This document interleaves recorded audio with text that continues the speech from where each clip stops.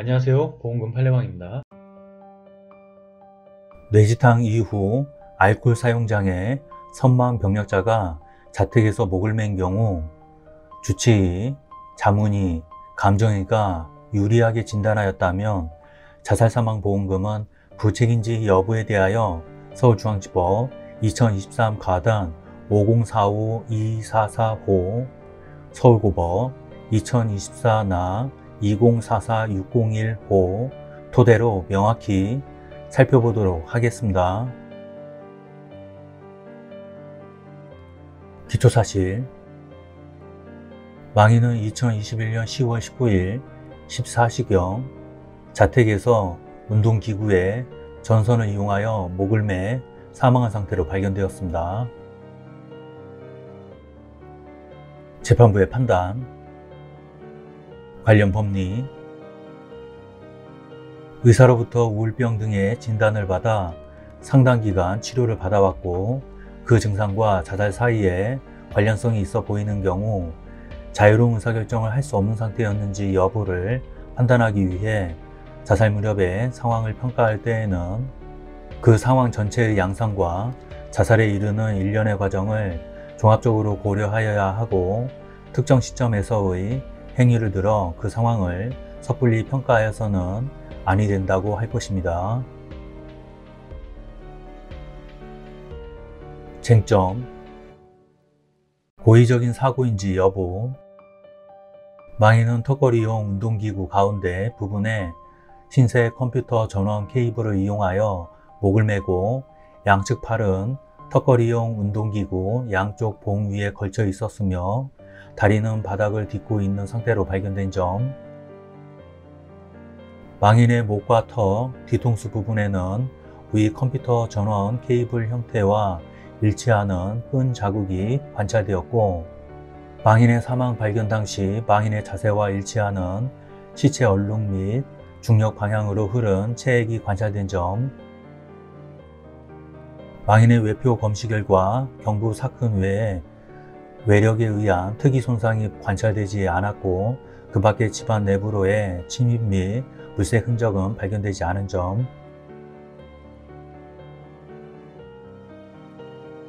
한편 원고도 수사기관에서 망인이 알코올 중독 치료와 환청 치료를 지속적으로 받아왔고 평소에도 사는 의미가 없다고 하면서 자주 죽고 싶다는 말을 하여 스스로 목을 매어 사망한 것으로 생각된다고 진술하였던 점, 이에 따라 이 사건을 조사한 서울 강동경찰서도 망인이 알코올 중독 및 환청 등으로 치료를 받고 있던 중 스스로 목을 매어 사망한 것으로 보고 종결 처리를 한 점, 한편 망인이 바닥에 다리를 디딜 수 있는 높이에서 목을 매어 사망하였다고 하더라도 망인 발밑에 내용물이 들어있지 않은 소주 한 병이 놓여 있었던 점 등에 비추어 보면 망인은 단순히 목을 매는 연습을 하다가 사망하였다기보다는 알코올 중독 및 환청 상태에서 스스로 목을 매는 직접적인 행위로 인하여 경부 압박으로 인한 질식 등의 결과로 사망한 것으로 봄이 타당합니다.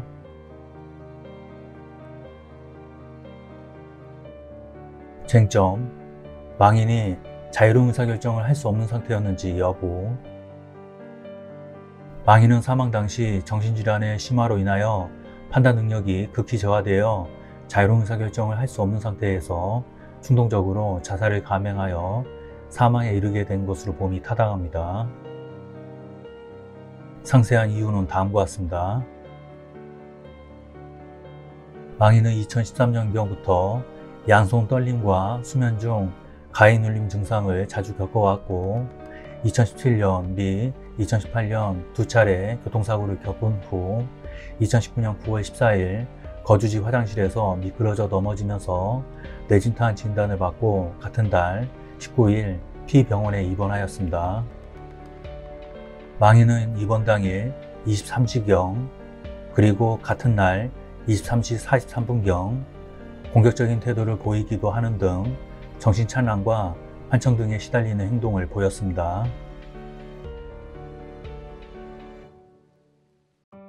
망인은 2021년 6월 1일부터 같은 달 23시까지 23일간, 같은 해 7월 2일부터 같은 달 23일까지 21일간 5병원에서 알코올 사용에 의한 상세불명의 정신 및 행동장애로 입원 치료를 받았는 바, 2021년 7월 3일과 같은 달 8일에는 심한 환청과 환각 등의 증상을 보였습니다.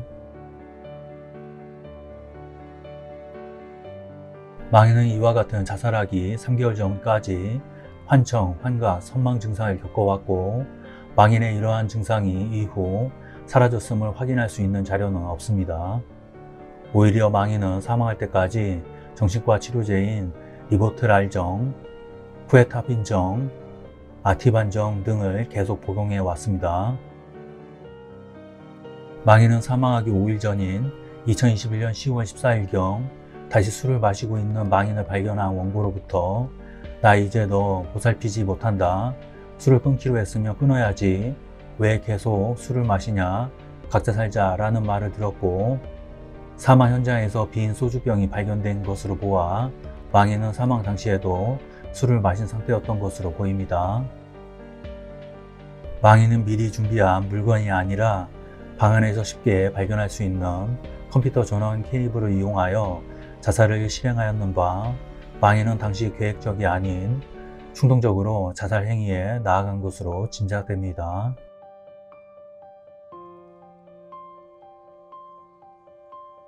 망인을 진단하고 치료한 5병원 전문의 Q는 2021년 11월 8일, 환자는 2021년 7월 23일 퇴원 후 금주 상태를 비교적 잘 유지하며 인지행동 치료를 지속하고 있었는데, 다시 음주를 시작하면서 절망, 우울감이 악화된 것으로 추정되며, 이러한 과정에서 불가항력적으로 자살에 이르게 된 것으로 판단된다라는 진단을 하였습니다.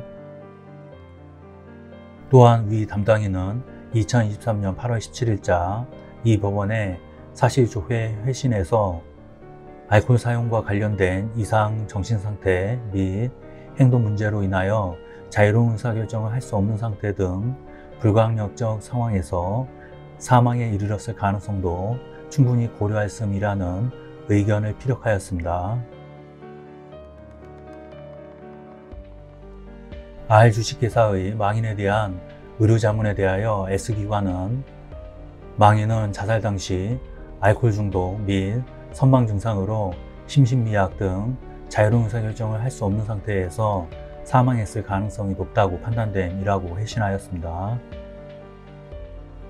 망인의 진료 기록을 감정한 M병원 소속 감정인은 2024년 6월 17일자 사실조회 회신에서 음주 상태 및 정신과적 약물 복용이 함께 진행된 상태에서 자살 사망에 이르렀을 가능성이 클 것으로 추정함이라고 판단하였는 바,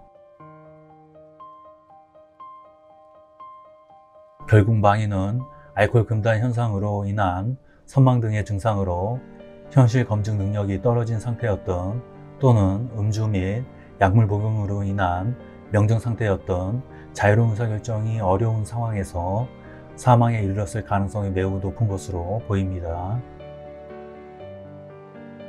2024년 2월 20일자 감정촉탁회신에서의 감정인은 망인의 자살 당시에 대해 추정하는 것은 매우 어려운 상태라고 판단한 바 있으나, 같은 회신에 망인의 마지막 진료 기록은 2021년 7월 28일 외래 재진 기록으로 보이고, 그 이후로 사망 시까지 약 2개월 반 동안 망인이 약물을 복용했는지, 음주를 다시 했는지, 망인의 이상 행동을 하였는지 등에 대한 기록이 없어 라고 기재한 바와 같이 위 판단은 충분하지 않은 자료에 근거한 것으로 보이는 반면, 위 사실조회 회신은 감정촉탁 회신 이후 위 외래진료 후에 망인이 복용한 약물, 음주 여부, 사망 당시의 상황 등이 담겨있는 추가 기록에 근거하여 판단한 것으로서 사망 당시의 망인의 상태에 대해 보다 명확히 판단한 것으로 보아야 할 것입니다.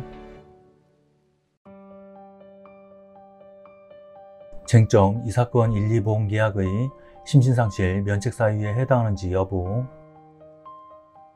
이 사건 1, 2보험계약 약관 제5조에는 제3조에서 피보험자의 자해, 자살, 자살미수, 범죄행위 또는 폭력행위를 면책사유로 규정하면서 제4호에서 피보험자의 뇌질환, 질병 또는 심신상실을 별도의 면책사유로 규정하고 있는 점, 한편 망인은 자유로운 의사결정을 할 수 없는 상태에서 스스로 목을 매어 사망하였으므로 망인은 위 사망 당시 심신상실의 상태에 있었다고 봄이 타당한 점 등에 비추어보면 특별한 사정이 없는 한 피고의 이 사건 1, 2보험계약에서 정한 보험금 지급 의무는 이 사건 1, 2보험계약 면책약관 제4호에 의하여 면책됩니다.